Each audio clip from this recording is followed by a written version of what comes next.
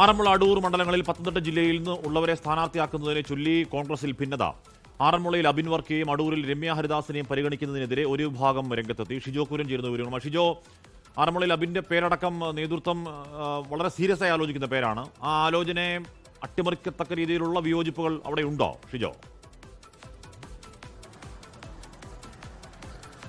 ഹാഷ്മി, ഒട്ടും ചെറുതല്ലാത്ത വലിയ വിഷയങ്ങൾ പത്തനംതിട്ട ജില്ലയിൽ വിവിധ നിയോജക മണ്ഡലങ്ങളിൽ ഉണ്ട് എന്നുള്ളതാണ് വസ്തുത. അതിലെടുത്തു പറയേണ്ട ഏറ്റവും പ്രധാനപ്പെട്ട കാര്യം ഈ പറയുന്ന ആറന്മുള നിയോജക മണ്ഡലമാണ്. ആറന്മുള നിയോജക മണ്ഡലം എന്ന് പറയുന്നത് UDF-നെയും LDF-നെയും സംബന്ധിച്ചുകൊണ്ട് ഒരു സ്റ്റാർ ക്ലാസ് മണ്ഡലമാണ്. അത് UDF-ൽ നിന്ന് LDF തിരിച്ചു പിടിച്ചിട്ട് 2 പതിറ്റാണ്ടുകൾ, അതായത് 2 ടേം കഴിയുകയാണ്. അപ്പോൾ അത് നിലനിർത്തുക എന്നത് സംബന്ധിച്ചുകൊണ്ട് LDF-നെ സംബന്ധിച്ചുകൊണ്ട് അഭിമാന പോരാട്ടമാണ്. അതിനപ്പുറത്തേക്ക് UDF അവിടെ ആ സീറ്റ് തിരിച്ചു പിടിക്കാനുള്ള ഊർജ്ജമായിട്ടുള്ള ശ്രമങ്ങൾ നടത്തുന്നുണ്ട്. അവിടെ സ്ഥാനാർത്ഥിയായിട്ട് പുറത്തു നിന്നുള്ള ഈ പറയുന്ന അബിൻ വർക്കിയെ തന്നെ ആറന്മുള മത്സരിപ്പിക്കാം എന്നുള്ള ഒരു കാര്യത്തിലേക്ക്, അങ്ങനെ തീരുമാനത്തിലേക്ക് സംസ്ഥാന UDF നേതൃത്വം എത്തിയിട്ടുണ്ട്. പക്ഷേ അതിനെതിരെ വലിയ തരത്തിലുള്ള ഭിന്നത ജില്ലയിൽ ഉണ്ടായിട്ടുണ്ട് എന്നുള്ളതാണ് വസ്തുത. ഇതിനകത്ത് ജില്ലയിലുള്ള KPCC പ്രസിഡന്റും അല്ലെങ്കിൽ പ്രതിപക്ഷ നേതാവ് അടക്കമുള്ള ആളുകൾ ഈ ജില്ലാ നേതൃത്വത്തെ ഇക്കാര്യങ്ങൾ അറിയിച്ചിട്ടുണ്ട്. അതായത് ഈ പുറത്തു നിന്നുള്ള ആളുകൾ തന്നെ വന്ന് മത്സരിച്ചോട്ടെ, ആറന്മുളയിൽ അബിൻ വർക്കിയും അടൂരിൽ രമ്യ ഹരിദാസും വരട്ടെ എന്നുള്ള താല്പര്യം സംസ്ഥാന നേതൃത്വം ജില്ലയെ അറിയിച്ചിട്ടുണ്ട്. പക്ഷേ ജില്ലയിലുള്ള നേതാക്കൾക്ക് വലിയ തരത്തിലുള്ള അതൃപ്തിയുണ്ട്. അതിനൊന്നാമത്തെ കാര്യം എന്ന് പറയുന്നത്, ജില്ലയിൽ വർഷങ്ങളോളം പ്രവർത്തിച്ച് പരിചയമുള്ള ആളുകളെ പൂർണ്ണമായിട്ട് ഒഴിവാക്കപ്പെടുന്നു, അവരെ എന്തിന് തഴയുന്നു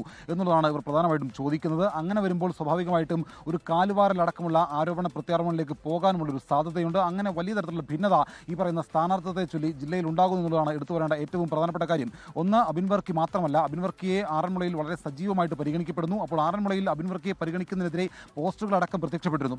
പക്ഷേ ഇതിനകത്ത് DCC vice president Vettoor Jyothiprasad അടക്കമുള്ള ആളുകൾ അബിനെ പിന്തുണച്ചുകൊണ്ട് രംഗത്ത് വരുന്ന ഒരു സാഹചര്യം കൂടി ഉണ്ടായിട്ടുണ്ട്.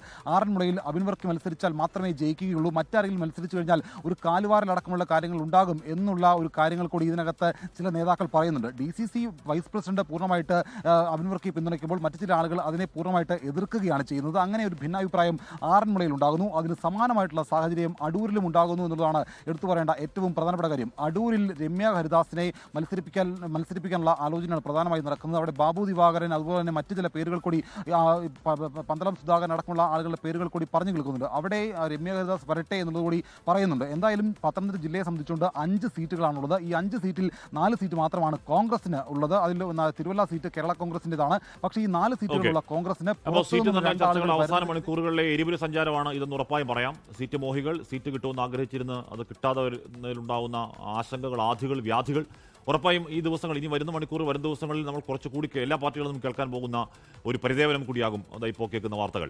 ലോകത്തെവിടെയായാലും ഏത് സമയത്തും 24 വാർത്തകളും ഓഗ്മെന്റഡ് റിയാലിറ്റി പാക്കേജുകളും എക്സ്പ്ലെയിനറുകളും വിശദമായി കാണാൻ ഞങ്ങളുടെ YouTube ചാനൽ നിങ്ങൾക്ക് സബ്സ്ക്രൈബ് ചെയ്യാം.